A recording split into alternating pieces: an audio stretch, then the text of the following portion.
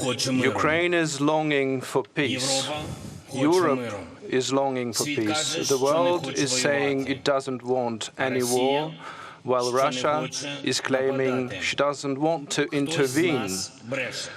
Someone here is lying. This is not yet an axiom, but by far not only a hypothesis. I visited the separation line in the Donbass just a couple of days ago. In legal terms, this is line separating Ukraine and temporary occupied territory, but in real terms, this is the line separating peace and the war. The line with a kindergarten on the one hand and the shell flying into it. On the one hand, the school, and on the other hand, the shell flying into the school playground with 30 kids nearby. On the other hand, the kids who are not heading towards NATO, they are heading towards their classrooms.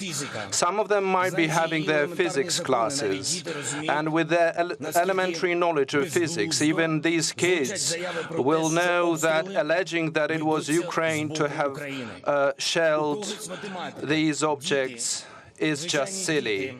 Other kids might as well be having their math classes. They don't need a calculator to figure out the difference between the total number of shelling in the last 2 days and the number of times Ukraine is mentioned in the Munich Security Report.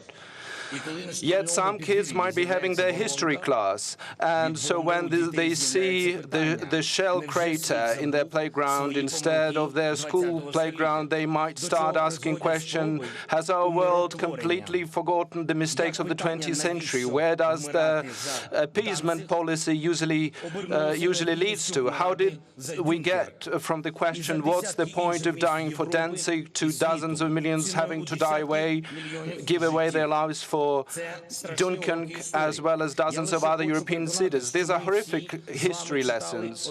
With this, I'm simply trying to make sure we have been reading the same textbook so that we are all on the same page about one main question. How did we get to this point in the 21st century where the war is being waged and people are dying in Europe? How come that time-wise it's already longer than World War II? How did we end up in the biggest security crisis since the end of the Cold War? To me, as a president of the country which lost part of its territory, thousands of people, the country surrounded by 150,000 army with heavy armament and machinery on our borders, to me, this answer is obvious. The security architecture of our world is brittle, it is obsolete. The rules that have been agreed upon by the world dozens of years ago are no longer working. They are neither catching up with new threats nor being effective in overcoming them, just like a cough syrup instead of a good COVID vaccine. This security system is slow and failing us time and time again because of different things: egotism, arrogance, and irresponsibility of countries on the global level. As a result, some countries are committing crimes while others resort to indifference, the indifference that turn them into accomplices.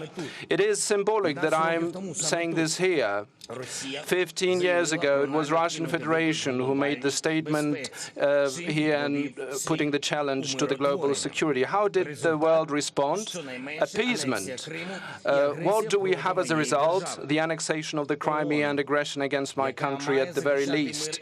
The UN, which was initially called to safeguard peace and security, cannot protect itself when its own charter being violated as one of the Security Council members annexing the territory of another founding member, while the UN itself is ignoring the Crimean platform, established to deoccupy the Crimea and advocate for the rights of the Crimean Tatars.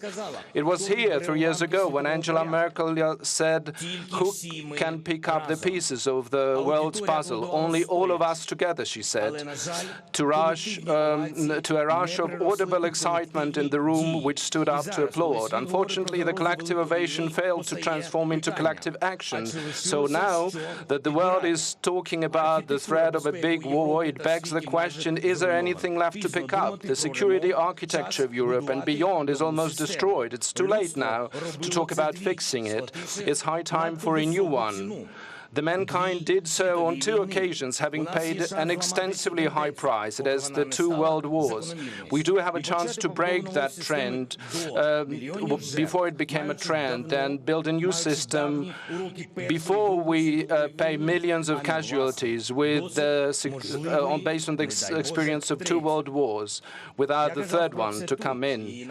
Here in UN, in the UN I already mentioned that there is no such thing as "it is not my war" in the 21st century, that annexation of the Crimea and the war in the Donbass is a blow to the whole world, that this is not about war in Ukraine, this is about the war in Europe. I mentioned this in 2019, 2020, 2021.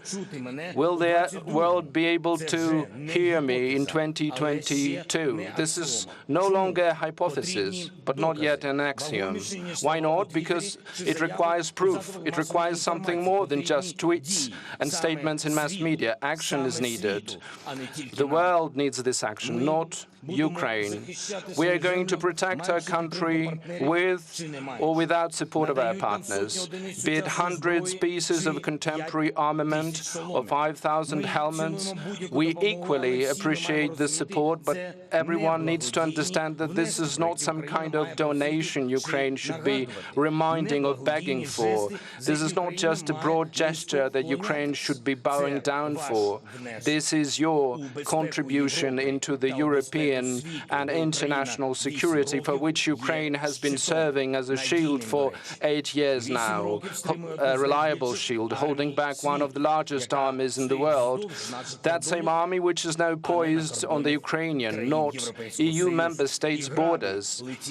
And the missiles were flying into the Mariupol, not the European cities. And thanks God. And after the fights and the destroyed airport in Donetsk, not in Frankfurt, and it is always blazing in the Avdiivka industrial zone, which is being shelled. There it was very hot, not in Mormat.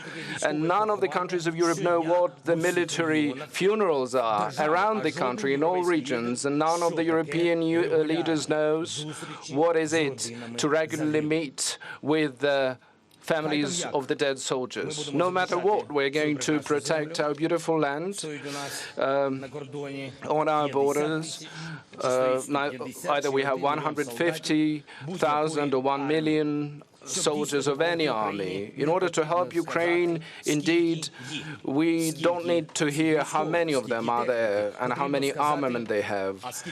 We need to hear how many are there of us together. To help Ukraine, we don't need to be reminded of the dates of the plausible intervention. We're going to protect our land on the 16th of February, on the 1st of March, and the 31st of December. We need other dates, much more than these dates. And everyone understands what kind of dates. Tomorrow is the day of commemoration of the Heavenly 100. 8 years ago, Ukrainians have made their choice, and many of them have sacrificed their lives for that. Do you think that 8 years later, Ukraine should keep calling for acknowledgement of our European perspective? Since 2014, Russia is convincing everyone that this was an erroneous path for Ukraine, that no one is waiting for us in Europe. Isn't it Europe that should be saying and proving them wrong? Isn't it Europe who should be saying today that our citizens have a positive attitude towards Ukraine joining the Union? Why are we avoiding this question? Doesn't Ukraine deserve to have direct and frank answers? The same is true about NATO. We are told the doors are open, but so far the strangers are not allowed. If not all members are willing to see us there, or all members don't want to see us there, be honest about it. Open doors are good, but we need open answers, but not the years and years of closed questions. Isn't the right for truth part of our opportunities? And the sooner, the better. The sooner summit in Madrid, for example. peaceful. The Russian Federation is saying that Ukraine wants to join NATO to bring the Crimean back by force. It's good to hear that bring back the Crimea is something that they mentioned their rhetoric, but they didn't read carefully Article 5 of the NATO Charter. The collective actions are for protection, not for attack. The Crimea and the occupied lands of Donbass will come back to Ukraine, but only through peaceful process. Ukraine is consistent about Normandy and Minsk agreement. The foundation is the recognition of the territorial integrity and independence of our state. We want to have diplomatic resolution of the military conflict, exclusively, I would like to emphasize, based on the international law. So what in reality is happening now in Minsk in the peaceful process? 2 years ago, with the presidents of France and Russian Federation and German Chancellor, we agreed about a full-fledged ceasefire, and Ukraine is committed to these agreements, and we are observing them.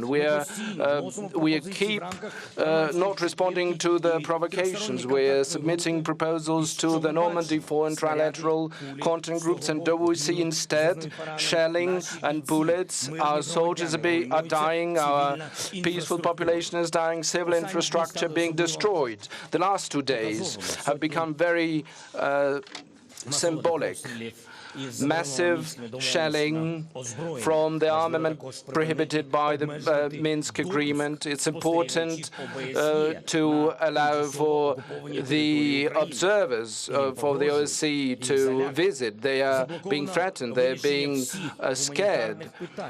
All humanitarian questions are being blocked. 2 years ago, I've signed into law the unconditional access of humanitarian organizations to the detainees.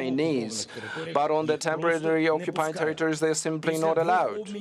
After 2 exchange of prisoners, this process has been stalled, and blocked, although Ukraine has been sharing the approved lists. Tortures until the death in the notorious isolation prison in Donetsk now is the symbol of human rights violation. In November, the 2 new crossing points that we opened in Luhansk Oblast have not been put into operation, and we see this as an obstruction under false pretext. And Ukraine is doing its best to push this discussion, for political questions as well. In the TCG, in the Minsk process, we have submitted the proposals and the drafts of law, but everything is blocked and no one is talking about them. Ukraine demands urgently to unblock the negotiation process. At the same time, this does not mean that looking for peace is limited and restricted only by that. We are prepared to look for the keys to end the war in all possible formats, in all possible platforms: Paris, Minsk, Istanbul, Beijing, Barcelona. It doesn't matter where in the world we will agree about the peace in Ukraine. 4 countries will be there, 7 countries will be, or 100 countries. It doesn't matter. The most important, Russia and Ukraine to be there. What is important is the understanding that we need not only us who need peace. The world needs peace. We need to restore peace and integrity in the internationally acknowledged borders. And I hope no one is thinking about Ukraine as a permanent buffer between the Russian Federation and the West. This will never happen. No one allow this to happen. Otherwise, there will be a question: who is next? NATO countries will have to protect each other.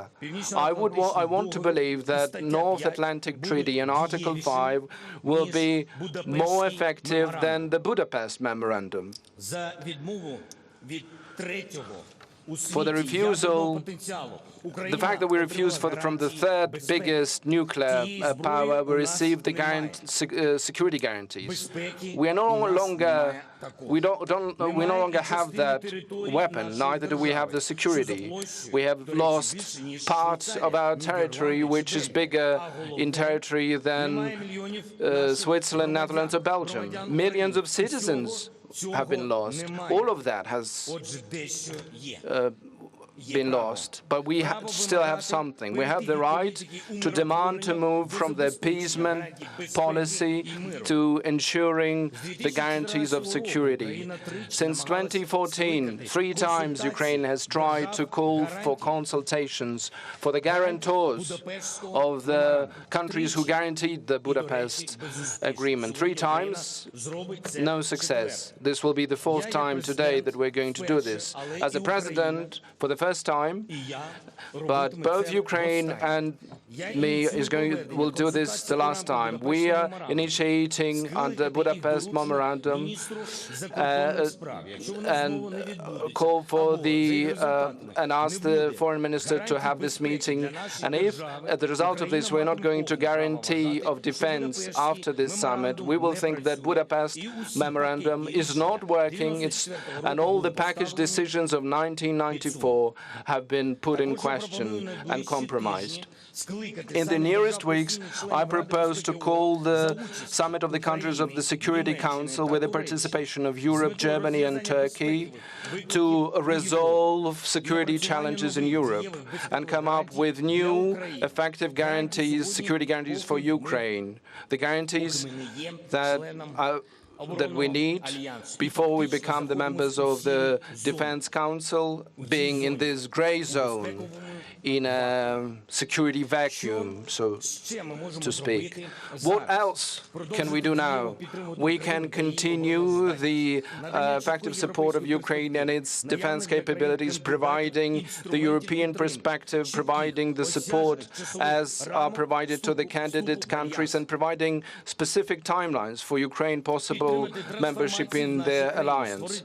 We need support for the transformation in our country to create the Stability and Restoration Fund, the Land Lease Program, supplying new armament and equipment to our army, the army which is protecting the whole Europe. An effective preventive sanctions package is what we need to restrain the aggression and the energy integration of the Ukraine into European Union in the times when Nord Stream 2 is being used as a weapon. All these questions require answers. Instead, there is silence. And while this silence persists, there will be no silence in the east of Ukraine, in the east of Europe, and in the whole world. I do hope finally the whole world will understand this and Europe will understand this. Ladies and gentlemen, I'm very grateful to the countries who have supported Ukraine with their words, with their declaration and specific support. Those who are on our side, on the side of truth, on the side of international law. I'm not calling my friends out by names. I don't want some countries to be ashamed, but this is their business. This is their matter. These are their countries, their karma, and this is their consciousness that they have to look into. Although I don't know how they will be able to explain these actions to the 2 people who were killed and 3 wounded Ukrainian soldiers today, and 3 girls from Kyiv, 10, 6 and 1 years old, who don't have a father any longer. At 6 o'clock in the morning, East European time, when Ukrainian scout officer was killed from the artillery shell prohibited by Minsk. I don't know what he thought about at the last second of his life. He didn't really for sure understand what kind of agenda we need for the meeting to stop the war in the East, but what he knew is the answer to the question that I asked at the very beginning. He very well knows who is lying here. Rest in peace to him and to all those who have died during these years of war in the east of our country. Thank you.